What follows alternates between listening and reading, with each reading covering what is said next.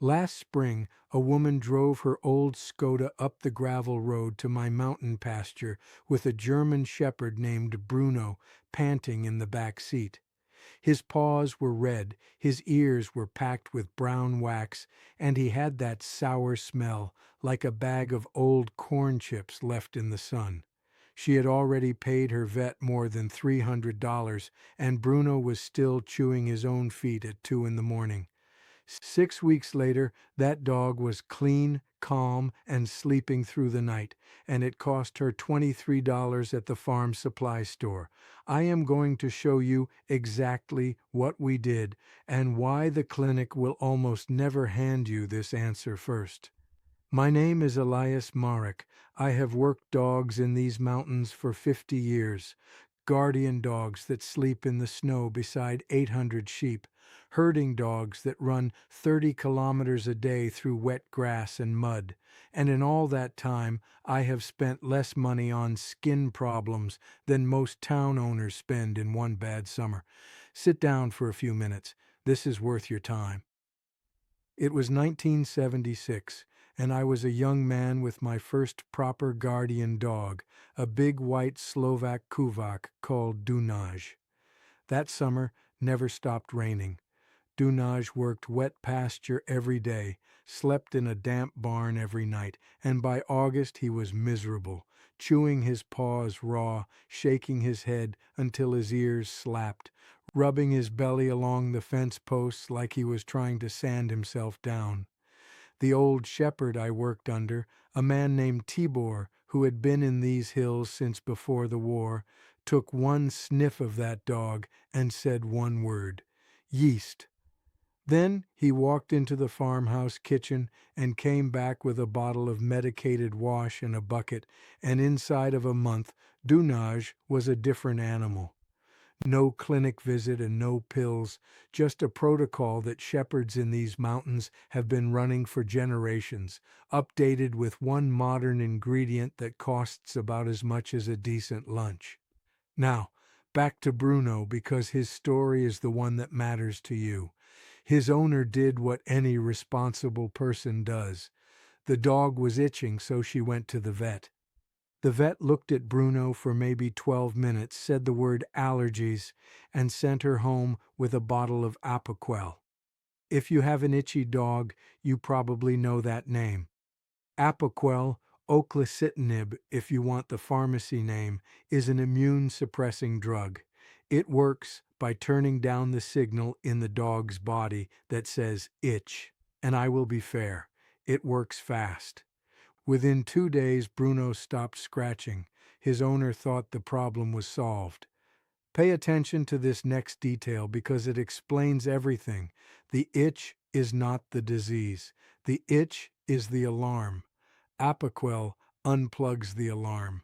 It does absolutely nothing to the thing setting off the alarm. And in Bruno's case, the thing setting off the alarm was a fungus called Malassezia, blooming across his paws, his ears, and the folds of his belly. So the fungus kept feeding.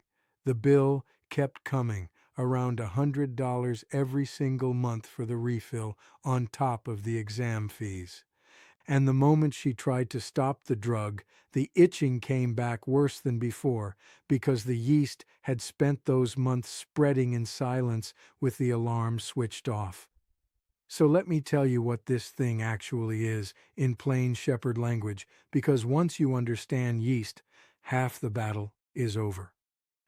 Malassezia is a yeast, a kind of fungus, and it lives on the skin of every single dog on earth right now, including yours, including my dogs sleeping out there by the sheep pens.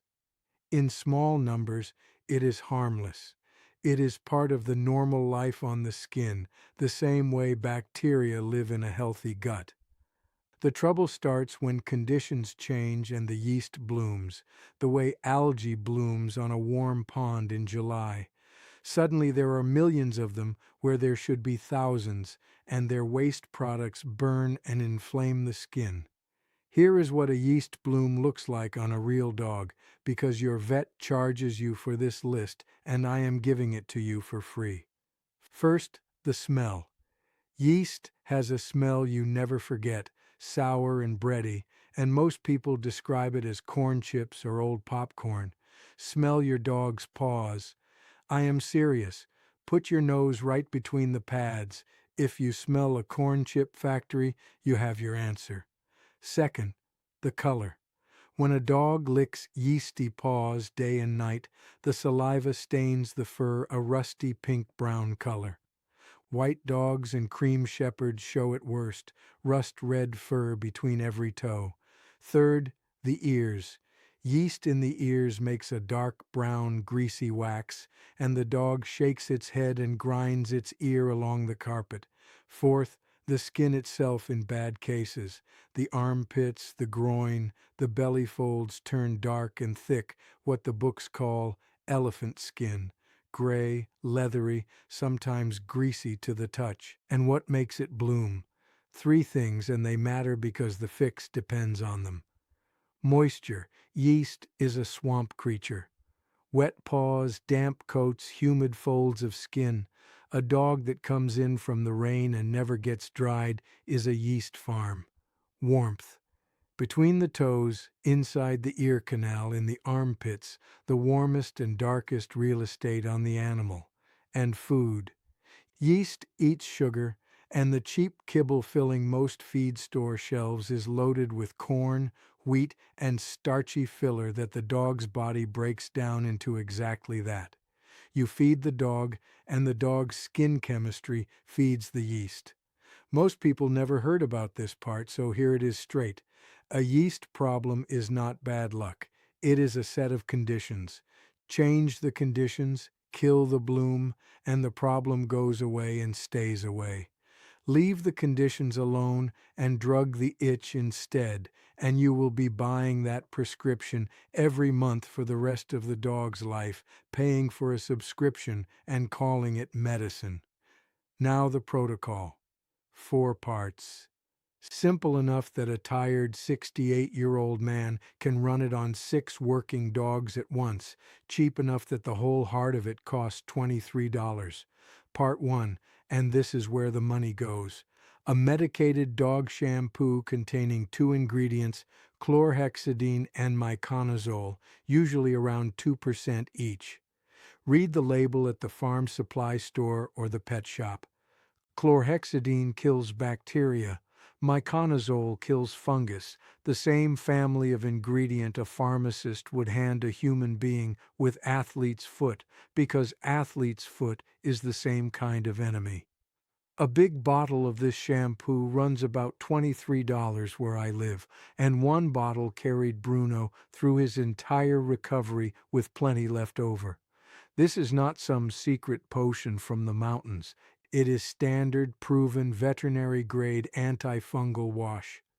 What matters is how you use it, and this is where almost everyone fails. The yeast does not die on contact. The shampoo needs to sit on the skin, down at the skin, not just foaming on top of the coat, for a full 10 minutes before you rinse. 10 minutes. Time it on your phone. Work the lather down through that thick shepherd undercoat with your fingers until you feel skin. Hit the paws, the belly, the armpits, the groin, the base of the tail, and then you stand there in the barn or the bathtub and you wait while the dog gives you a look of pure betrayal. I sing to mine. They hate it, but the yeast hates it more. Do this twice a week for the first month. Most people lather, rinse in 90 seconds, and then tell the internet the shampoo does not work. The shampoo works, 90 seconds does not. Part 2. Paw soaks.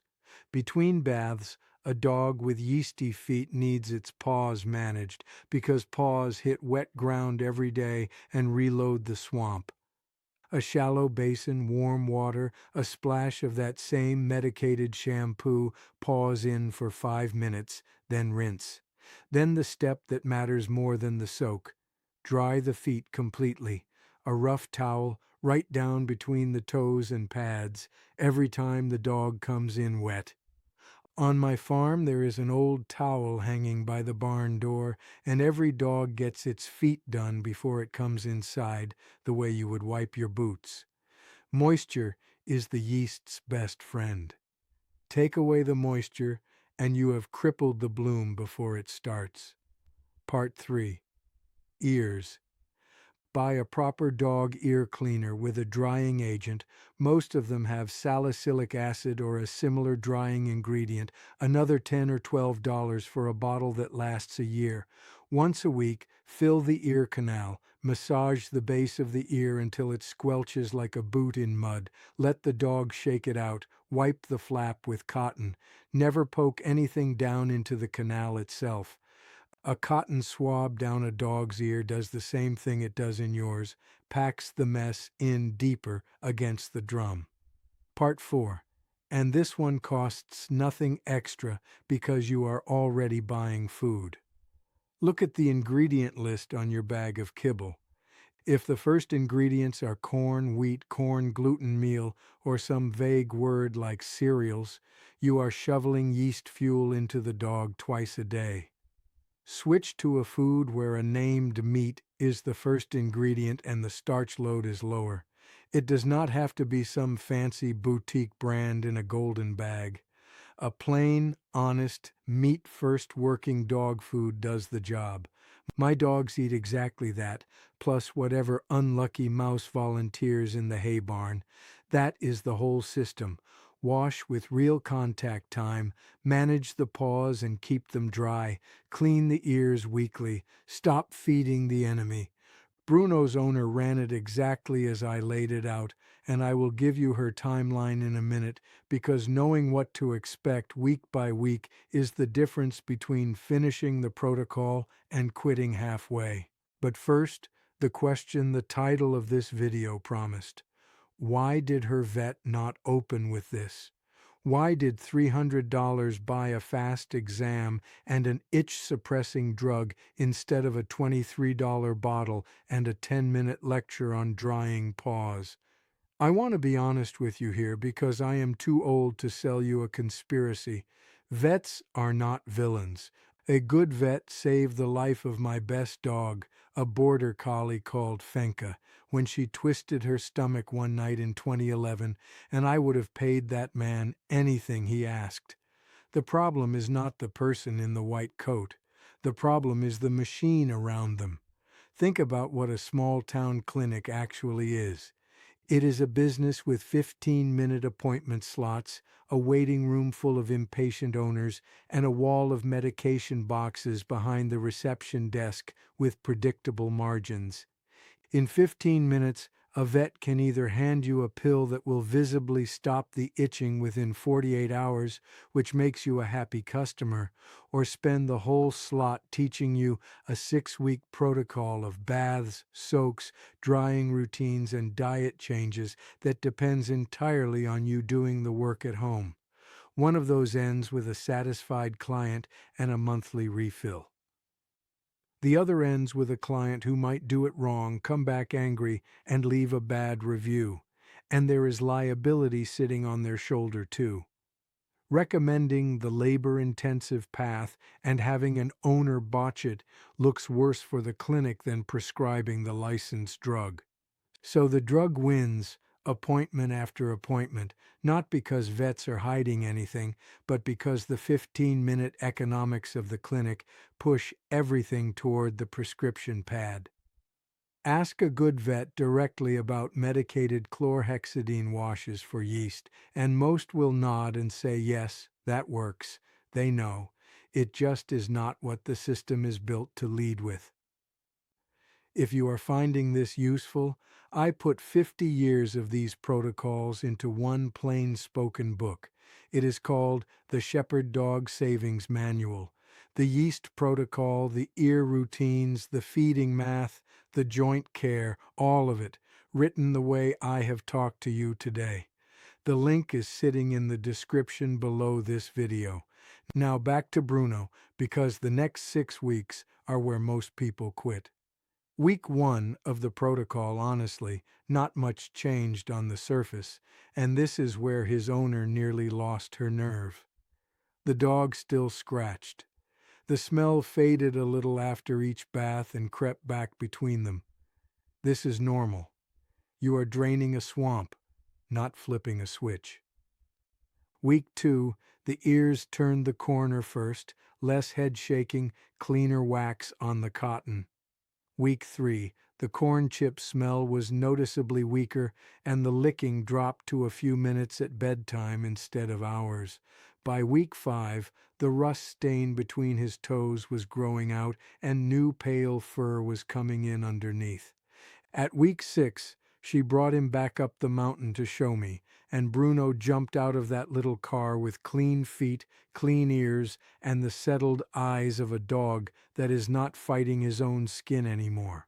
Total spend $23 for the shampoo, $11 for the ear cleaner, and a bag of better food she was going to buy anyway.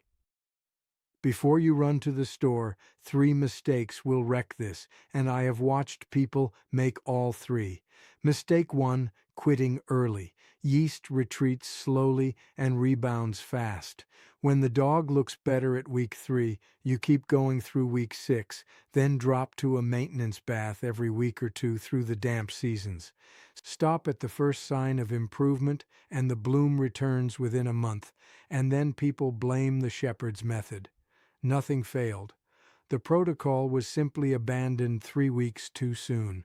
Mistake 2, using human shampoo or dish soap because it is already under the sink. Human skin and dog skin run at different acidity, and harsh soap strips the dog's natural defenses and hands the territory straight back to the yeast. Spend the $23. Mistake 3, the internet vinegar cure. Yes, diluted apple cider vinegar makes skin less friendly to yeast, and used carefully on intact skin, it can help a mild case. But people pour it strong onto raw, broken, chewed open skin, and the dog screams, and now the dog fears the bathtub for life. If the skin is broken, vinegar stays on the shelf. One more thing on keeping the problem gone, because clearing yeast once and keeping it away are 2 different jobs. In these mountains, the danger months are the wet ones, the spring thaw, and the long autumn rains, when the pasture never dries and the dogs come in soaked to the elbow every evening. During those months, my dogs get a maintenance bath every 10 days or so, whether their skin smells or not, and the towel by the barn door earns its keep twice a day. In summer, when the ground bakes hard and the coats stay dry, I stretch that out to once a month and mostly just watch the paws. You will learn your own dog's rhythm inside a year. Some dogs, especially shepherds with allergy-prone skin, will always lean toward yeast the way some men lean toward a bad back, and for those dogs, the routine is simply part of owning them. 5 minutes here, 10 minutes there, folded into the week like feeding and brushing. That is the trade you are making. The prescription route costs you $100 a month and no effort. The shepherd route costs you a bottle or 2 a year and a little of your time. I know which trade 50 years of muddy springs taught me to take, but I will not pretend the time is nothing. It is a chore. It is also the reason my dogs smell like dogs and not like a corn chip factory. And now the part a 50-year dog man owes you, the part the loud internet remedy channels always skip. There are days when the $23 bottle stays in the barn and you drive to the clinic and you do not argue about it. If this is the first time your dog has had skin trouble, get a proper diagnosis before you treat anything, because mange mites, bacterial infections, and ringworm can look like yeast to an untrained eye, and a simple skin scrape under the microscope, what the clinic calls a cytology, tells you which enemy you are actually fighting. If the skin is bleeding, oozing, or covered in open sores, that has usually gone past yeast into bacterial territory, and it may need real antibiotics. If the dog holds its head tilted, cries when the ear is touched, or loses its balance, the infection may have gone behind the eardrum where no bottle you can buy will reach it. And if the dog goes off its food or its behavior changes suddenly, something bigger is moving and you want trained eyes on it that day. My protocol handles the everyday yeast that plagues thick-coated dogs in wet country, and it handles it well. It does not replace a diagnosis, and any man who tells you his home remedy replaces every vet on earth is selling you something worse than an overpriced prescription. Here is where I leave you. 50 years in these mountains taught me that most of what a working dog needs is not expensive. It is consistent. Dry feet at the barn door every evening, clean ears every Sunday, honest food, a 10-minute bath twice a week when the skin turns sour, and the patience to finish what you start. The clinics are there for the day something real breaks, and thank God for them.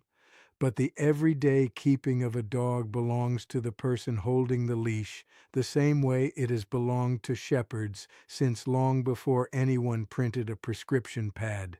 Smell your dog's paws tonight. If you find that corn chip smell, you know what to do now, and it will cost you about $23 and some wet sleeves. If this helped you, subscribe. I am up here every week, and the dogs and I have plenty more to tell you.